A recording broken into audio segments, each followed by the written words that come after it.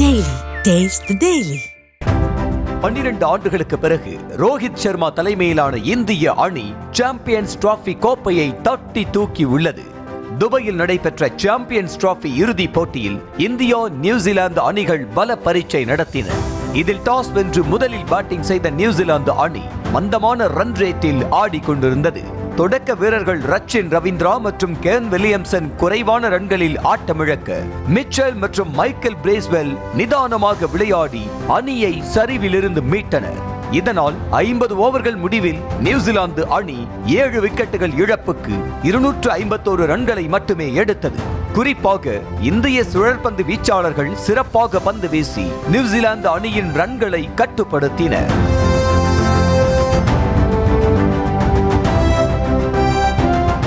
இருநூற்று 52 ரன்கள் எடுத்தால் வெற்றி என்ற இலக்குடன் களமிறங்கிய இந்திய அணிக்கு கேப்டன் ரோஹித் சர்மா நல்ல அடித்தளம் அமைத்து கொடுத்தார்.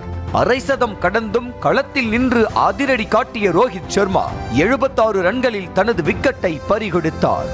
பின்னர் சுப்மன் கில், நட்சத்திர வீரர் விராட் கோலி அடுத்தடுத்து விக்கெட்டுகளை இழந்து ரசிகர்களுக்கு அதிர்ச்சி கொடுக்க ஸ்ரேயஸ் ஐயர் மற்றும் அக்ஷர் பட்டேல் பொறுப்புடன் ஆடினர். இதனால் கடைசி 12 பந்துகளில் இந்தியாவின் வெற்றிக்கு 7 ரன்கள் தேவைப்பட்டது. ஆனால் 49வது ஓவரின் முடிவில் இந்திய அணி 9 ரன்கள் அடித்து வெற்றி பெற்றது.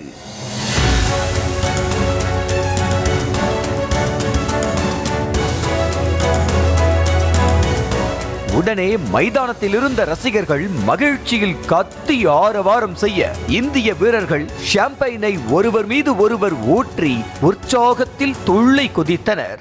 இறுதியாக 2025ஆம் ஆண்டுக்கான சாம்பியன்ஸ் டிராபி கோப்பை இந்திய அணி வீரர்கள் வசம் ஒப்படைக்கப்பட்டது.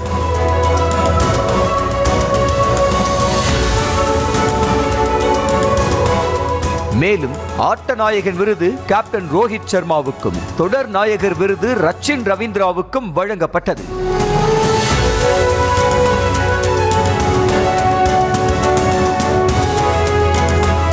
மூன்றாவது முறையாக சாம்பியன்ஸ் டிராபியை இந்திய அணி வென்றதும் நாடு முழுவதும் வெற்றி கொண்டாட்டங்கள் களை கட்டின.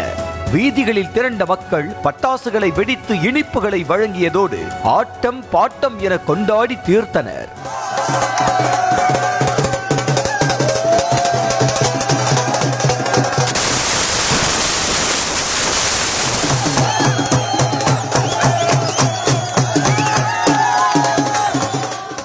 சென்னை மெரினா மற்றும் பெசன்ட் நகர் கடற்கரைகளில் ஒளிபரப்பு செய்யப்பட்ட இந்த போட்டியை கண்டு ரசித்த மக்கள் இந்திய அணி கோப்பையை வென்றதும் குதூகலமடைந்து வேற லெவலில் கொண்டாடினர்.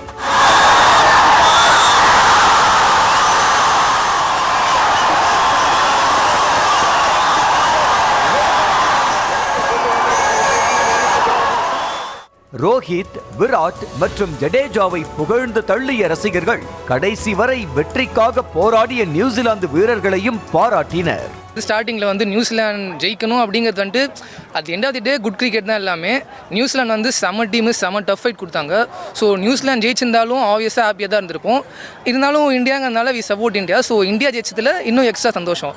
கிரிக்கெட் விளையாட்டில் இந்தியாவின் புகழை உலக அரங்கில் மேலும் உயரச் செய்த இந்திய கிரிக்கெட் அணி வீரர்களுக்கு குடியரசுத் தலைவர் திரௌபதி முர்மு, பிரதமர் மோடி, எதிர்க்கட்சி தலைவர் ராகுல் காந்தி, தமிழ்நாடு முதலமைச்சர் ஸ்டாலின் என அரசியல் கட்சி தலைவர்கள் பலரும் வாழ்த்து தெரிவித்துள்ளனர்.